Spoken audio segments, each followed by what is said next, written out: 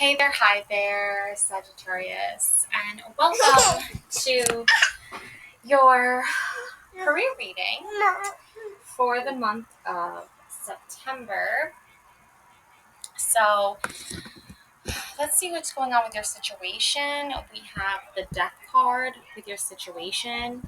Okay, so there's a mother with wings and a child, and the Death card, the Death Angel, or whatever, is carrying a one of those things you just do like that and like that's interesting.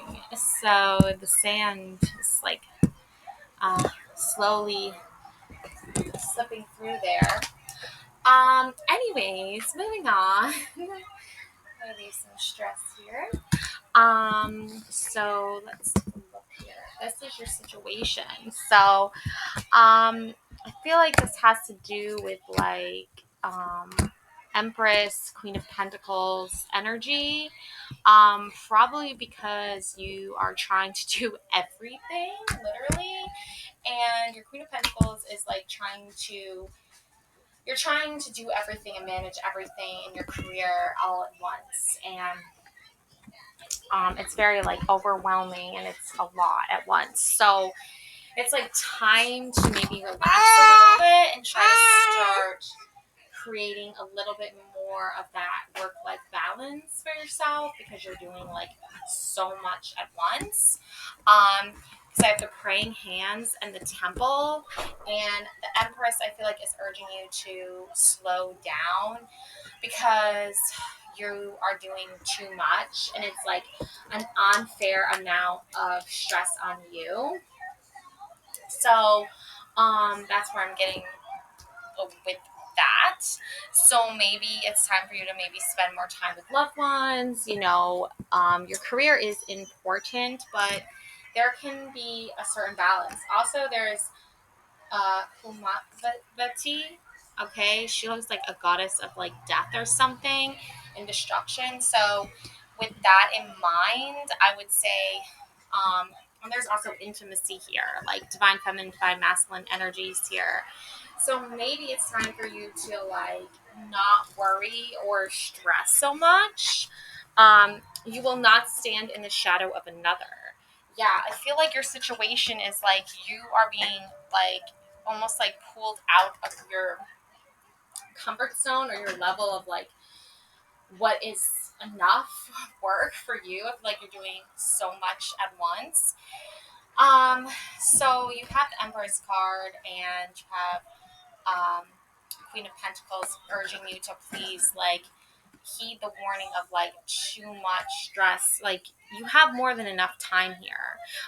Even though the Death card is like saying like, oh, you're running out of time. I feel like you're running out of time of letting yourself relax, okay? To take a step back and just like observe and like retreat and rest, okay? Um, Death is the archetype of death. Let death teach you how to live. Yeah. There has to be a work-life balance. There's that famous book, Death of a Salesman, right? So I feel like you have a little bit of that energy. It's like you're like, oh, gotta do more, gotta do more, gotta do more. It's like you don't need to do any more. You can just take a step back, breathe, relax. The hangman falls to the ground. Her red gown turns silky white and her black sprouts white feather wings. Her chestnut hair turns ash gray. The vampire transforms into a weeping angel. Death moves through the woods with a scythe, collecting souls just as feudal farmers collected wheat. The season ends. It's harvest time. Death holds an hourglass. Oh, that's what it's called, an hourglass. Time has run out. A small child looks up with wonder. Children accept all things at face value until experience and education lead them to question and fear. Death exists in the shadow areas of our psyche until we are forced to deal with it.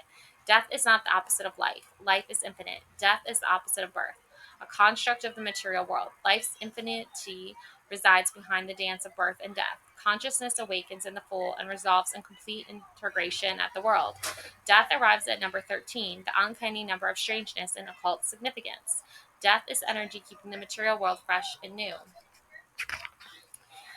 Historically,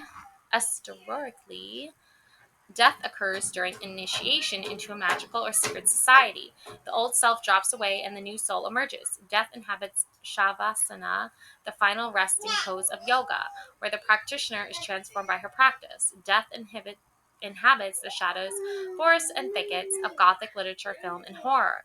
How do we integrate death's lessons? How can death teach us how to live? Death teaches us all things change constantly from the molecular level to the mundane life. Death is ongoing like the weather. Death is energy allowing emotions to appear, be felt, and slip away, only to be replaced by new ones. Western cultures traditionally reflect the human spirit, either rising to heaven or descending into hell after death. This is a dualistic version of the cosmos, ignoring a complexity which holds all options simultaneously. The Darkwood teaches us to befriend the darkness, look death in the eyes, and make peace with all aspects of human existence. Death is the impermanence of the world.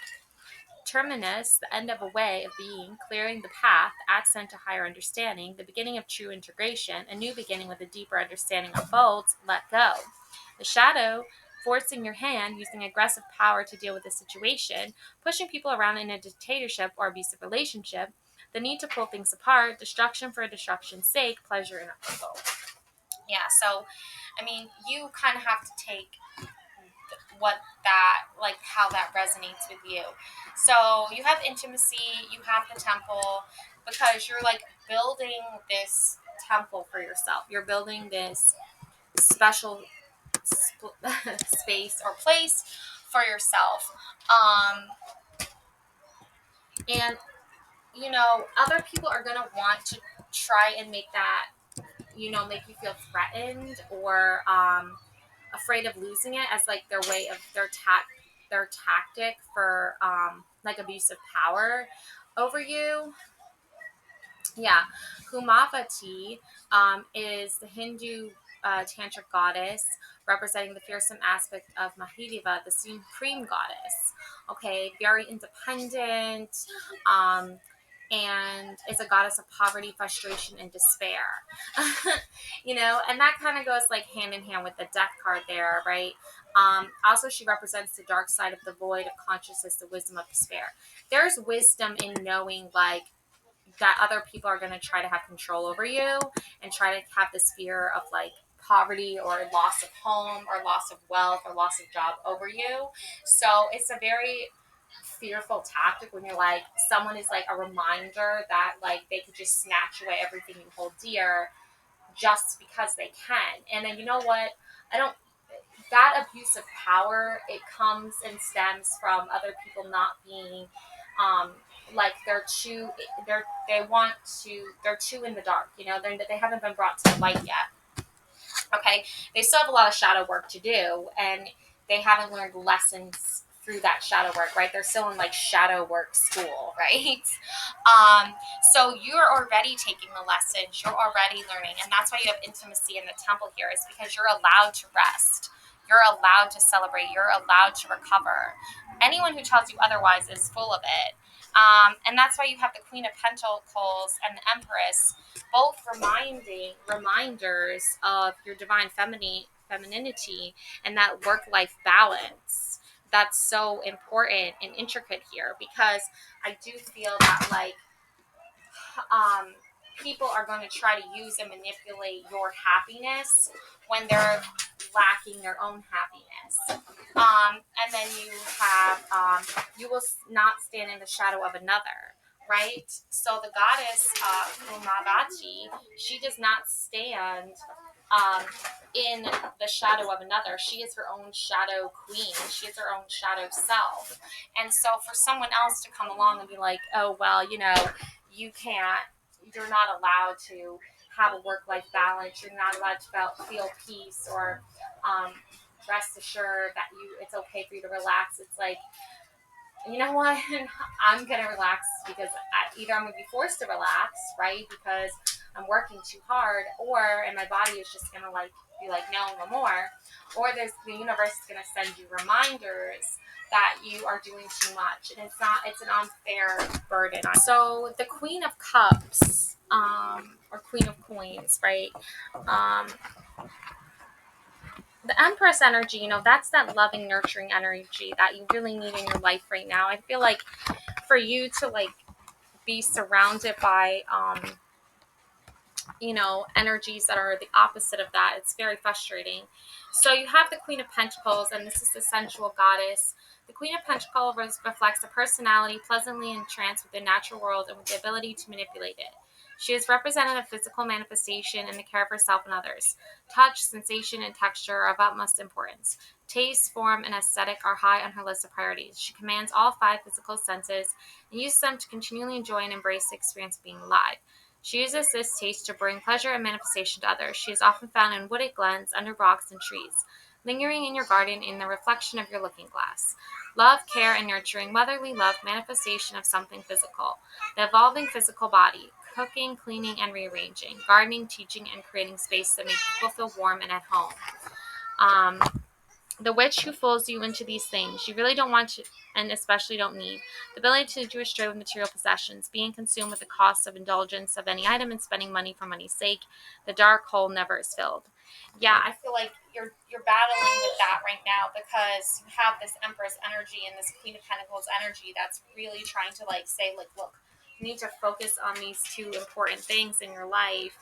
Um, that are actually going to create you wealth and generate beauty and abundance in your life. But unfortunately, you have, some witchy, not so good witches trying to stir up some sense of insecurity around you or some sense of, um, you know, not really keeping their word, and kind of tricking or fooling you. Um, the Queen of Swords comes up too as another reminder that you need to stand your ground here and really voice your opinions, because I feel like somebody who's not keeping their word, it's and you're in a difficult position because you're like, oh, I thought I could trust this person and I thought I could believe in this reality, but now it's like I'm being given this whole other fucking thing. So it's kind of ridiculous. But be gentle with yourself. Gentleness here is really important. Don't be too hard on yourself. If I feel like you were tricked into believing something and then you came out and you're like, whoa, this isn't real. This isn't really what I envisioned, but okay. And then you have Pleiades, double mission, channeling and uplifting humanity. Okay. So you're dealing with a little bit of that too. I feel like you're in such a specific place in your life right now that your career is something that you're working on cultivating and making better, but at the same time you're dealing with people who are coming in and trying to disrupt and dismantle that. Like, they'll say that they support you or what your life and your choices, but really they're just like, you're just a means to an end for them. Don't dim to fit in. How are you dimming your light in order to fit in? Yeah, this is an important one to remember when it comes to your career, because I feel like for you it's like, if you have to use your Queen of Swords energy to constantly push past the toxic, you know drama here and the lying and the BS, then that's going to really push you to notice things that you wouldn't normally notice. Like, oh, these people are actually trying to get me to dim my light. They're actually trying to keep me from my path. And then you have Temperance here as well, this is your magical gift, Temperance. So your situation is really the Death card, right? It's really that transformative belief that you have to stay in the gray and you have to stay in the darkness and you can't shine your light and you can't be your bright, beautiful self. But that's not really the truth, is it? So for other people to come in and say, oh, well, I know this, and this about Sagittarius. Let me just come on in and try to stir things up and cause some drama. It's like, why are you doing that? Right? Why are you being a part of that? Right? That group mentality of kind of like Lord of the Flies, right? So Temperance here is your magical gift that you're going to use to battle this negative transformation that is trying to take place in your life. I don't think, not all transformations are bad, but I feel like this specific person is trying to disrupt or dismantle what you've worked hard to achieve. just because they can, just because they're put in a position of authority over you. I don't like that. Nope, that's really corrupt and just wrong, but that's their choice, and like you have to kind of just be like, well, good luck with that. Like, have fun with that. You just invited bad karma into your life, but okay. Temperance is the archetype of complexity. Transcend duality to embrace entirely. The shadow witch leaves death behind while understanding all her lessons. She moves out to a great plain and walks toward an endless horizon for what feels like hours. Her animal companions are true and stay by her side. Her throat becomes dry and she stops at a glistening pool to take a drink with her hands. A dark angel with a horned headdress. See, once you go through the transformation and become like a dark angel, you're it's interesting because it's like what you're facing is really yourself. But you have to remember that even though you're facing yourself, there's going to be people who are also facing their own demons as well, right? Or their own death as well, or their own transformation as well, or their own dark angels as well. So it's really complex situation because here you are trying to achieve something, and here's another message and another message that like you're on the right path, but you have to remember not to dim your light. And maybe your light is showing you a whole new brand new version of yourself that you never knew even existed. Okay, so a dark angel with a horned headdress rises from the depths of the water, connecting to emotions, the subconscious and internal flow. The liquid she fuses is the integration of life energy. She displays mastery as she hones her skills. You become the expert. This is the beginning of maturation. The Gothic tower stands in the distance as a hint of ultimate attainment that is to come. The tower is the highest physical point we can reach without leaving the ground. Um, Once the lesson of death is understood, accepted, and ingested, the spirit can engage. Temperance, you are now able to combine the oppositional ideas of life and death in a new form. A new path appears. Options become available. The center and focal point of temperance is the liquid she fuses. It is the card of balance and complexity, but also the magic we make when we focus on what's in front of us. We stand inside shifting polarities. Temperance is how we greet the changing dichotomy of life. Balance within duality. Yeah, leading to complex thought and action. The honing of skills, energetic mastery. Going with the flow. Unique and successful combinations. Excellent management skills put to the test with good results. Originality, the unique expression of personal talent. Shadow artist, blocking yourself off from the natural ebb and flow of the universe. Creative confusion, great talent going unused. Yeah, that's like I said, people are going to be stuck in their shadow work for years, forever. Maybe they'll never get out of it. Maybe they'll never pivot off into the right direction that they're supposed to go. But you have to go in the direction you're supposed to go in. And I know it's difficult and I know it's hard, but if you want to advance in your career, you have to be willing to like get down and dirty, like get into the nitty gritty of it. Like, you don't want to be one of those people that just settles for something mediocre. And it's okay if like you need to like learn a skill or learn a bunch of skills or learn this and take lessons in this or courses in that. I'm not saying like don't teach yourself new things and don't learn new things, but also like get in on this like surface level and then work your way up. And if you have to even go below in the basement and learn what's going on in the basement, then do that too.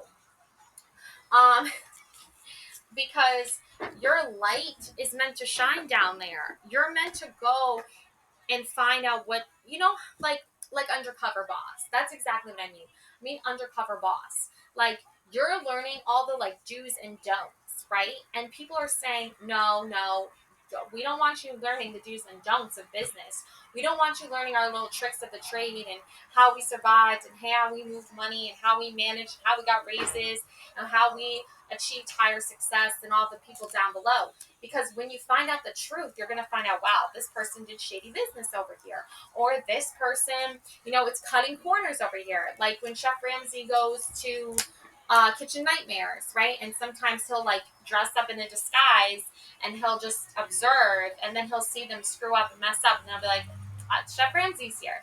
that's kind of like you in your career. It's like you have so many skills and so much light to shine and just so many wonderful gifts and talents that you want to share.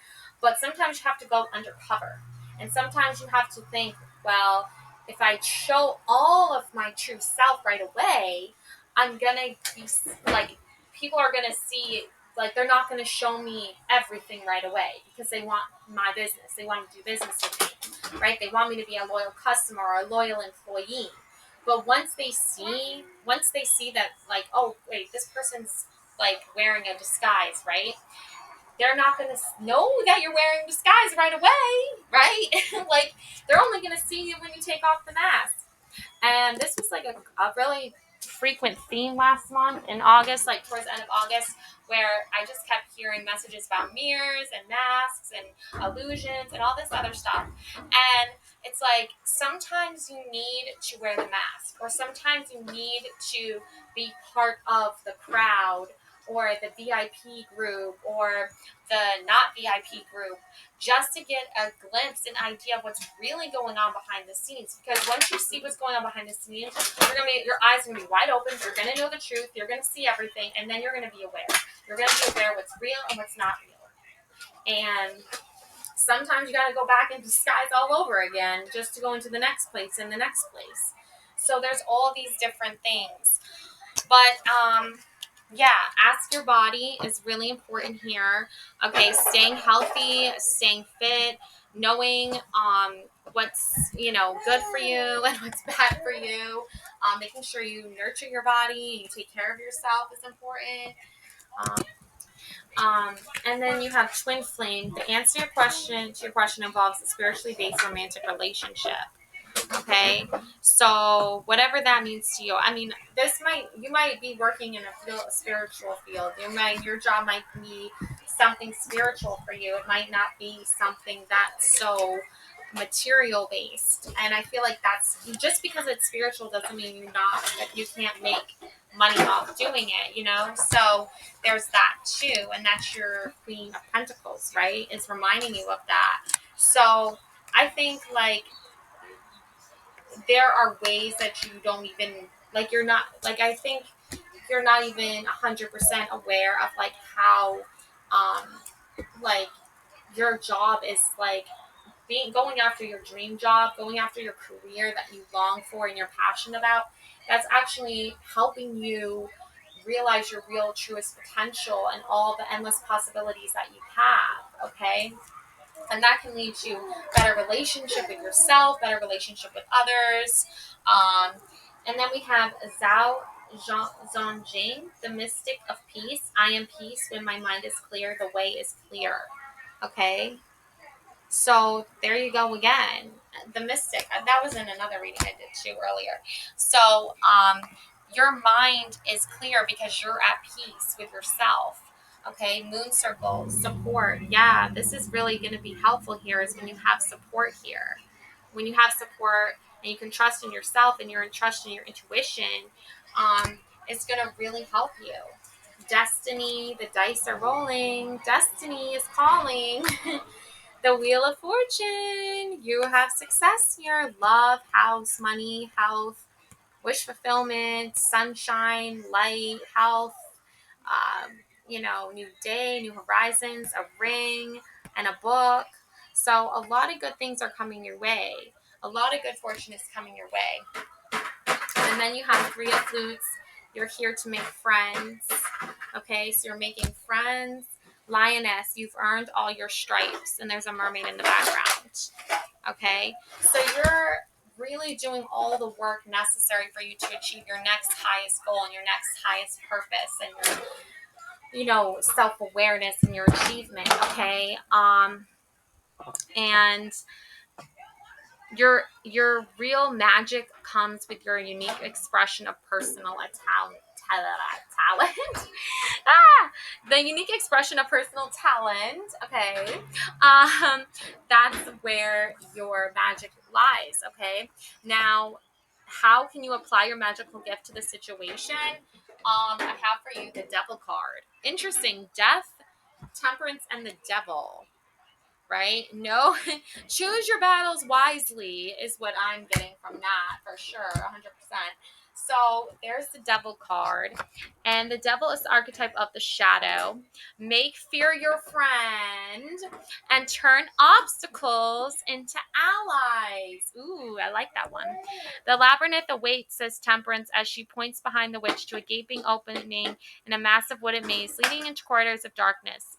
The witch takes a deep breath, knowing she must enter. The only way out of the wood is to move through each experience, each lesson. Perhaps she was dreaming. Did it matter? She turns back to see Temperance has vanished. The witch takes a deep breath and enters the corridor of knotted trees. Your shadow becomes an ally when embraced. Fear is never an effort to avoid. Avoidance equals indifference. Think of how it feels to be shunned or find out someone just doesn't care. Fear is realizing the value of a thing. The thought of losing such a thing becomes more terrifying than actually having it. Fears point to us where we want to go. This is why challenge cards are at the heart of a tarot spread and in the defining moment of any story. The shadow is every fear, terror, talent, desire, wish, and expression buried within the wells of the subconscious. The devil is a mythological creature springing from the human ego. The ego is the false construction of our personality, the idea of who we think we are. It is entirely self-created. We need not destroy our ego. We simply need to recognize it for what it is and no longer be controlled by it. Labyrinth patterns appear across the natural spectrum in galaxies, seashells, and even snails. We enter mental labyrinths when dealing with loss, confusion, darkness, and fear. Walk the maze to discover your shadow because he conceals himself well. Tricks and illusions would have us think our ego is ready to wage battle with him. What do you fear? Who are you vilifying? What makes you angry and upset? What, asks the devil, do you want more than anything? The devil stands as a terrifying other and as a cultural scapegoat. The devil wants to keep you enslaved. Okay, angry and scared because this is where he draws his power. He thrives on addiction, negative energy, and extreme control. The devil is called the dweller of the threshold because once he is slayed and integrated, infinite possibilities appear. Slay the dweller to set yourself free, just as the Page of Swords is about to do. Illusion, abuse of power and control, shadow, addiction, deception, and trickery. The heart of the matter. The source of discomfort, shape-shifting and trickery, a rip-roaring good time, immediate desires fulfilled at a dangerous cost. The generator and source of explosive repressed energy in the wood. The love of your own drama, the false narratives you create, all repressed emotions, ideas, and talents. Self-hatred, self-loathing, shame, anger, jealousy, fury, fear. Yeah, so you can use all of your temperance energy really kind of like to tame that devilish energy. So when you're in your career and you're in your workplace, you can use temperance to tame the devilish energy that's trying to control you or manipulate you, and lead you down the wrong path. And you can also notice when other people's little devilish side is coming out, and you can tame it, right? Or you can avoid it, whichever one. Like sometimes you're called into action to try to tame that devilish energy, and other times you're called into action to like say step away. Now is not the time. So you're gonna figure that out as you go. But either way, yes, sweetie. But either way, you're a lioness. You know, you've earned all your stripes. You've done this before. You've tamed the wild beast before. You can tame it again. The Wheel of Fortune is on your side. You know, letting you know like it keeps spinning good fortune your way. Just know that as it's spinning good fortune your way, the energies that are pushing back against that good energy are their own repressed shadow side. So you have to just kind of be like, well, you know, no, you pick your battles, choose your battles wisely. If it's worth your time and energy to stand up and fight, like the Page of Swords is trying to fight the devil, like he looks very small and meek, and like he could very easily just be like, you know, not win that battle. But actually, it's like a disguise that you have to wear sometimes because the devil might just be like, oh, this poor little weak little Page of Swords, not even worth my time. That's good. You don't want to be picked and prodded at. Like you don't want to be in a battle with that, right? So even though you appear weak and timid and shy, you might actually be holding and wielding a lot of power. Um, right? But like kind of like a David and Goliath sort of situation. But know and pick your battles wisely, and don't let if someone's trying to pull you out into a whole big thing or whatever and push your buttons, just realize and remember, like, is it really worth your time, right? Or is it just like something you don't really need to focus on, right, for the time being? So just know that and about yourself, okay? And what's meant to be is going to happen regardless. So yeah, I mean, that's kind of, where you're at with your career right now.